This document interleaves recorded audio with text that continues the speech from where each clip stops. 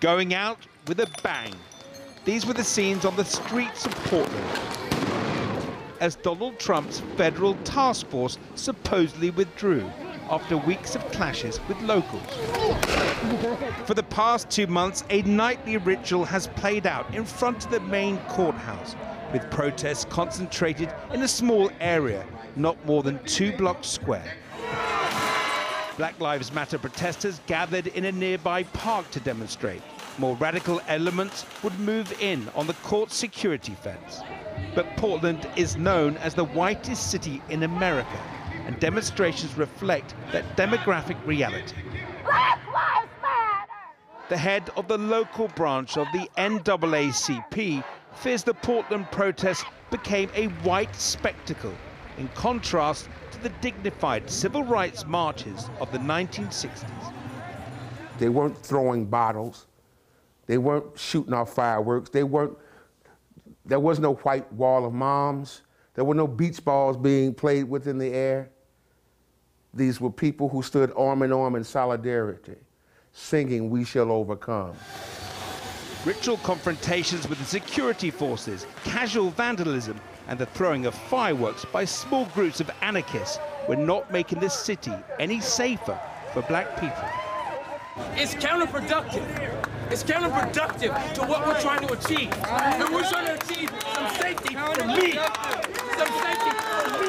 This does not make me safe.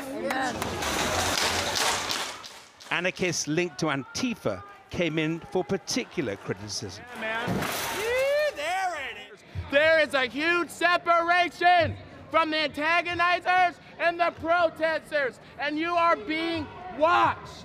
You are racist. They are giving a speech about black lives, but yet you want to destroy on behalf of black lives, and now one person over there is black. Sensing political opportunity in the disorder, President Trump deployed federal forces who arrived in the city unannounced and uninvited on the 4th of July. What's your name? Tell us your name. A sinister masked force hauling Portlanders off the streets and into unmarked vehicles. They assaulted veterans, attacked unarmed demonstrators with CS gas and impact munitions, and even tear-gassed Portland's mayor. This is a egregious overreaction on the part of the federal officers.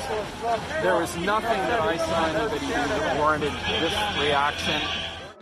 Initially, the president was more than satisfied.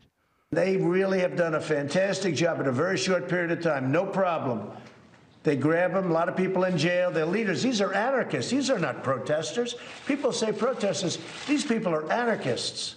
These are people that hate our country. Hey, go home.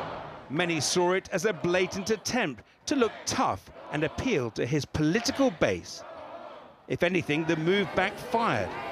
Thousands of Portlanders poured onto the streets to denounce the federal invasion of their city. The fact that Trump is using our tax dollars to attack Americans, this should trouble everybody of conscience. This should shake the country to the core right now. We need to wake up to this. People are protesting the troops' presence. They don't want to harm the building. They don't want to destroy the building. They want the federal agents who are untrained and unqualified for this duty to leave. Trump has threatened to send federal officers to other restive cities, including Chicago and Minneapolis. And Portland's civilian police commissioner believes her city has been part of what she sees as a sinister experiment in state repression. The fact that Portland is primarily white, I believe that we were the first test case, because if you could beat and brutalize a predominantly white population, what do you think would have happened once they rolled out in the other cities that were named that are predominantly African American and Latinx communities, right? They were brutal here. They were brutal to moms, children, people with disabilities. They would have been absolutely horrific in those communities. Deploying federal security forces to Portland was a highly provocative move. Activists fear that such tactics may become a model for quashing protests in the run-up to the presidential elections in November.